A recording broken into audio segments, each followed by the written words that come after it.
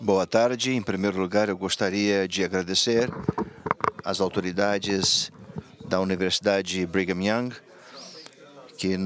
e aqueles que nos convidaram para este simpósio. Quero agradecer, em nome da Universidade de São Carlos, esse convite e compartilhar com vocês, companheiros e companheiras, e honrá-los de seus distintos países. Primeiramente, falar sobre brevemente o que é a Universidade de São Carlos, para que vocês possam entender o que significa uma instituição como a Universidade de São Carlos, que é a única universidade pública da Guatemala. Tem aqui o secretário-geral, Dr. Carlos Henrique, que está conosco, que nos acompanha neste dia. Vamos falar um pouco sobre a nossa instituição e depois entrar no tema que devemos participar. A Universidade de São Carlos tem 339 anos. Foi fundada em 31 de janeiro de 1676. É a única universidade pública da Guatemala, conforme eu falei. Tem das 14 universidades privadas.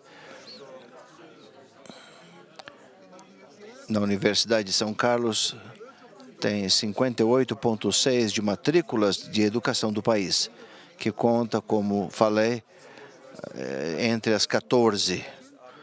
58,6% é a nossa universidade. Imaginem a importância que ela tem na República da Guatemala no que diz respeito à educação superior.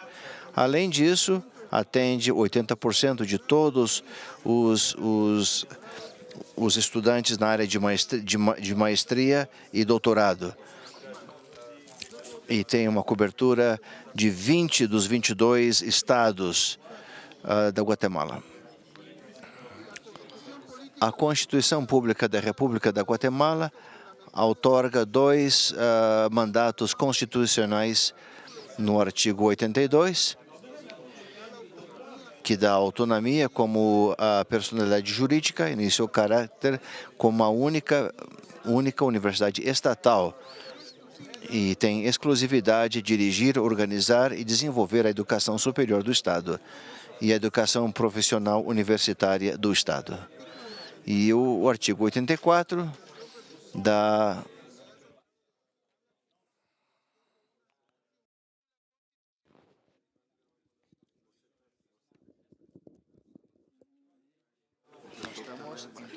Eu vi a expressão de vocês e eu quero mencionar que é uma luta constante cada ano, o tema porque nós não otorgamos os 5%. Fala 5%, mas os ingressos do Estado, no entanto, cada governo ele aplica de diferentes maneiras e começam a fazer uma série de descontos e até uns gastos que são a descrição do governo, e depois ele ainda por cima aplicam os 5%. É uma luta que nós mantemos, alguns governos também cumpriram com essa situação. Nós temos mais de 225 mil estudantes inscritos nesse ano 2015. Nós temos 39 unidades acadêmicas, dos quais 20 são centros universitários que geram o desenvolvimento para toda a população do interior do país. Nós temos 2 institutos tecnológicos de alto nível. E esta é a oferta acadêmica que nós temos na universidade. Nós temos 46 de professorados, 51 técnicos, especialidade 56, 174 de mestrado e 16 doutorados, o total 450 carreiras. Isso é algo fundamental e importante, por isso eu gostaria de explicar o que é a Universidade de São Carlos. A Universidade de São Carlos é a única que eu considero. Eu não conheço nenhuma outra universitária. Talvez vocês possam me ensinar que não tem representação direta e nos organismos mais altos do Estado, em diferentes áreas de conhecimento. Por exemplo, nós temos representação na Corte Constitucional, que é o máximo Falando de interjurídico do país, também nós temos. Ele participa na eleição como membro da comissão de pontuação do magistrado da Corte Suprema, no magistrado de Corte de Apelações. Também nós temos uma representação de 5 substitutos e titulares no tema da junta monetária e na junta diretiva do Instituto Guatemalense de Segurança Social, que são aquelas da junta monetária que rege o programa financeiro e econômico do país. E assim nós poderíamos mencionar, nós temos mais de 78 representações. Muito importantes. Ou seja, a Universidade de São Carlos tem uma incidência muito grande e fundamental no nosso país. E é a única universidade que eu conheço que conta com a iniciativa de lei. Na Guatemala só tem 4 instituições de iniciativa: o Congresso da República, a Presidência, que é o Executivo, e o Tribunal Supremo Eleitoral. Além disso, a Universidade de São Carlos. Nós podemos ver que é a iniciativa de lei dos projetos e apresentá-lo diretamente ao Congresso da República. E claro que também nós temos, como a única universidade pública, um grande compromisso com a cidade, o povo de Guatemalteca em todo o país. E também nós temos, por exemplo, aqui se menciona a produção de medicamentos através da Faculdade de Ciências Químicas e Farmácia. Ela tem uma escola na qual se produzem medicina que são usados, por exemplo, um soro de hidratação oral que é usado em todos os hospitais do país. E assim, outros aspectos importantes que a universidade contribui a um custo muito baixo.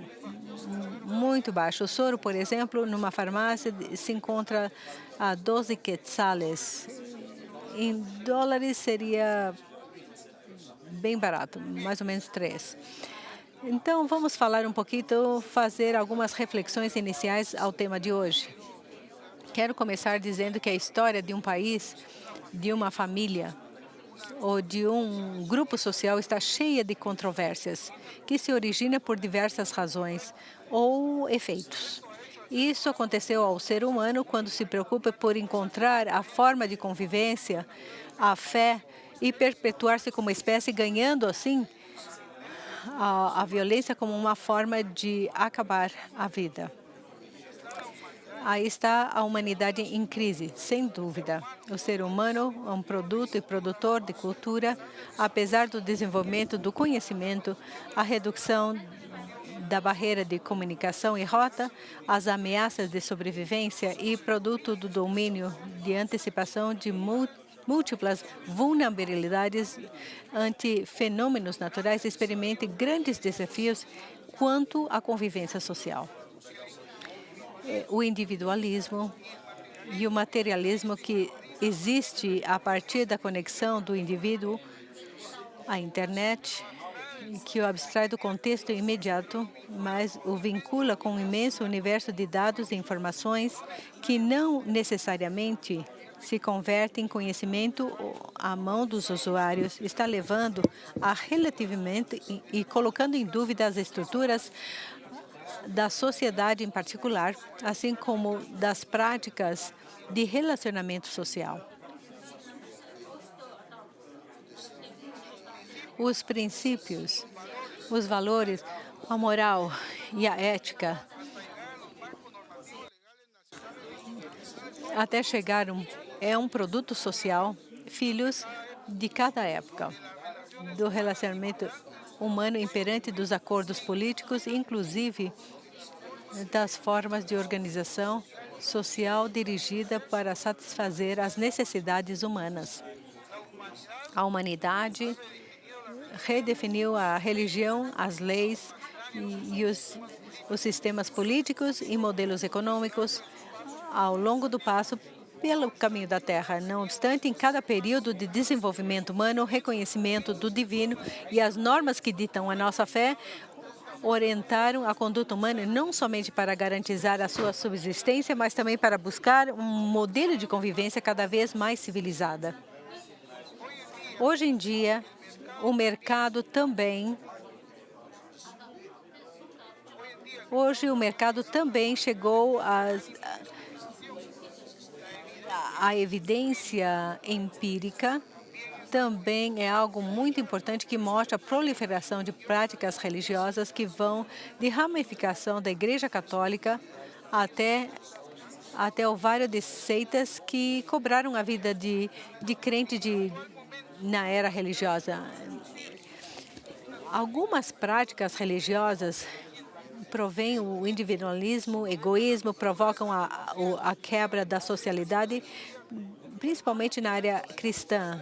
As cidades contemporâneas seguem da atitude de salve-se quem pode, abandonando a solidariedade e promovendo a sobrevivência individual às custas do sacrifício do próximo, muitas vezes. O abandono os jovens e os anciãos devido à falta de produtividade e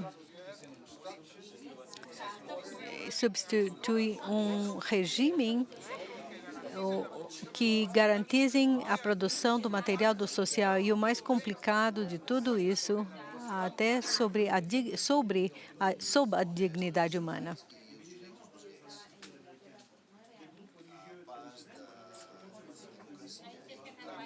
A fé como um elo de precedência transcende normas de ser transgredido. Eles põem em risco a salvação individual e também a família. A religião, como prática de fé, orienta a conduta humana, a comunhão dos indivíduos que, em convivência pacífica, procuram a salvação coletiva. As religiões, em vez de dividir-nos como espécie humana, deveriam orientar-nos a encontrar caminhos de orientação e de entender o mundo, a sua origem, o seu desenvolvimento, sua transformação. Não obstante, a perda do valor social da tolerância levou a sociedade a encontrar nas religiões uma desculpa para a divisão e ódio que justifica No país que eu venho, o choque de culturas é um produto do descobrimento, conquista e colonização. Levou a um choque de culturas e religiões. A tradição politeísta dos países pré-hispânicos chegados aos territórios da Guatemala pelo século XV chocou completamente com a religião católica que foi colocada como uma fonte religiosa predominante. É importante que exista o Conselho Econômico que promove o encontro das múltiplas expressões religiosas do país. Esse Conselho Ecumênico é muito importante. Outro exemplo importante que eu gostaria de dizer-lhes esta tarde é um trabalho que tem sido feito interreligioso e constitui um grupo dos quatro. Não sei se vocês escutaram o Grupo dos Quatro. Esse é um espaço de encontro onde está a academia, os direitos humanos e as igrejas predominantes do país. Está integrada pelo reto da Universidade de São Carlos, o procurador dos direitos humanos, o presidente da Aliança Evangélica e o arcebispo metropolitano. E desde 2006 veio um papel determinante no contexto nacional, constituindo neste momento na voz quase profética que alerta as autoridades estatais e os produtos ornamentais. Desde a mediação da Universidade de São Carlos, neste avanço importante que houve na sociedade guatemalteca, em novembro do ano passado, o J4 se pronunciou desde 2014 de uma análise e uma investigação, e eu quero manifestar que tudo o que se manifestou nesse documento em 2014 fez uma realidade em abril de 2015 em adiante. Essas manifestações que vocês já conhecem realmente foram muito importantes em nosso país e acabou com o ex-presidente que estão em funções atualmente na cadeia. Eu gostaria muito de falar muito, mas eu vou falar algo muito importante para terminar da Plataforma Nacional para a Reforma do Estado. O J4 tem sido visto que teve credibilidade e temos muita esperança no J4. É uma instância que foi criada, formada pelas 4 instituições que eu mencionei, mais a Universidade de São Carlos, através de que não havia sido escutado o clamor popular, e a crise vem e conforme a Constituição e que dê solução aos problemas nacionais da Guatemala, convoca a Plataforma Nacional para a Reforma do Estado. Nós cremos que iriam assistir algumas associações, mas está integrada por 229 organizações. Essas organizações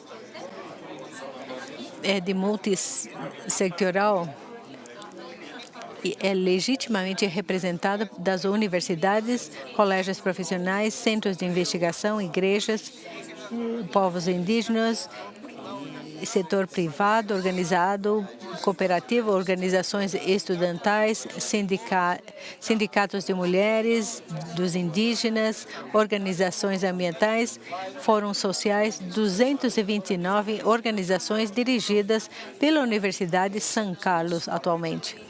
É um fórum muito importante, fundamental, na qual existe muita credibilidade e esperança naquilo que está fazendo. Aqui nós discutimos reformas importantes a diferentes leis, sobretudo, você sabe que estamos num processo eleitoral do 25 de outubro, nós temos a segunda volta entre 2 candidatos. E nós temos trabalhado muito na reforma da lei eleitoral e partidos políticos que o Congresso e a República não cedeu, mas nós apresentamos novamente nossas petições para os partidos políticos. Eu posso mencionar 4 ou 5 aspectos. Um deles, se um partido político ele deve terminar os 4 anos, ou o prefeito, ou o deputado, ou renunciar. Uma reeleição que permite a Constituição, mas mais uma reeleição de 4 anos, nada mais. E o tema do financiamento dos partidos políticos na Guatemala, infelizmente, vocês sabem que tem muito movimento financeiro entre os partidos políticos. Então, nós estamos colocando uma lei na qual tem um limite para financiamento dos partidos políticos e seja igualdade para os comitês e partidos políticos. Outro tema que existe uma controvérsia no meio de comunicação é o tema do tempo, que será dado de forma equitativa a todas as associações políticas para que possam participar. E o último tema é o tema de que participem. Nós queremos os partidos políticos e comitês, o tema da mulher, homem e mulher, o tema da participação dos jovens, de 70% da população da Guatemala são jovens. Por isso, eu gostei muito da participação dos congressistas deputados de Costa Rica, porque são jovens.